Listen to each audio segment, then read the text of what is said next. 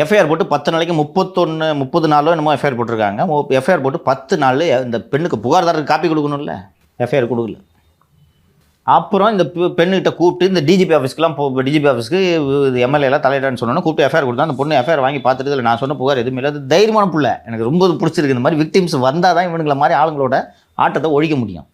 அந்த பாதிக்கப்பட்ட பெண்ணு முகத்தை எல்லாம் மறைச்சிக்கிட்டு தான் தொலைக்காட்சியில் பேட்டி அளிக்குதுன்றதை நீங்கள் பார்த்துருப்பீங்க. இது நடந்த உடனே திமுக ஐடிவிங்க அந்த பொண்ணு ஃபோட்டோலாம் ரிலீஸ் பண்ணுறாங்கம்மா, நான் பார்க்கல. பார்த்தவங்க சொன்னாங்க. நானும் அதை வந்து எக்ஸ்தலத்தில் பண்ணியிருந்தேன். நான் வந்து போலீஸுக்கு ஒரு ஆதாரம் கொடுக்குறேன். அது டிஎம்கேல இருக்கிற ஐடிவிங்களா ராகுல்லாம் எவ்வளவு கேவலமான கட்சி இந்த கட்சி என்பதை மக்கள் புரிந்து கொள்ள வேண்டும். மக்கள் புரிந்து கொள்ளணும். நீ நடவடிக்கைகளுக்கெல்லாம் கூட பரவாயில்லடா, பொண்ணோட ஐடென்டி விக்டிம் ஐடென்டி பேரை கூட சொல்லக்கூடாதுன்னு சட்டம் சொல்லுதுப்பா.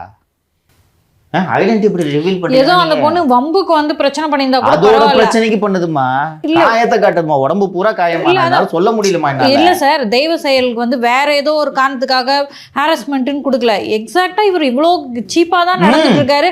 அத்தனை பெண்களை வந்து இவ்வளோ மோசமா நடத்தி இருக்காரு சார். அந்த பொண்ணு காயத்தை சைக்கோமாவன்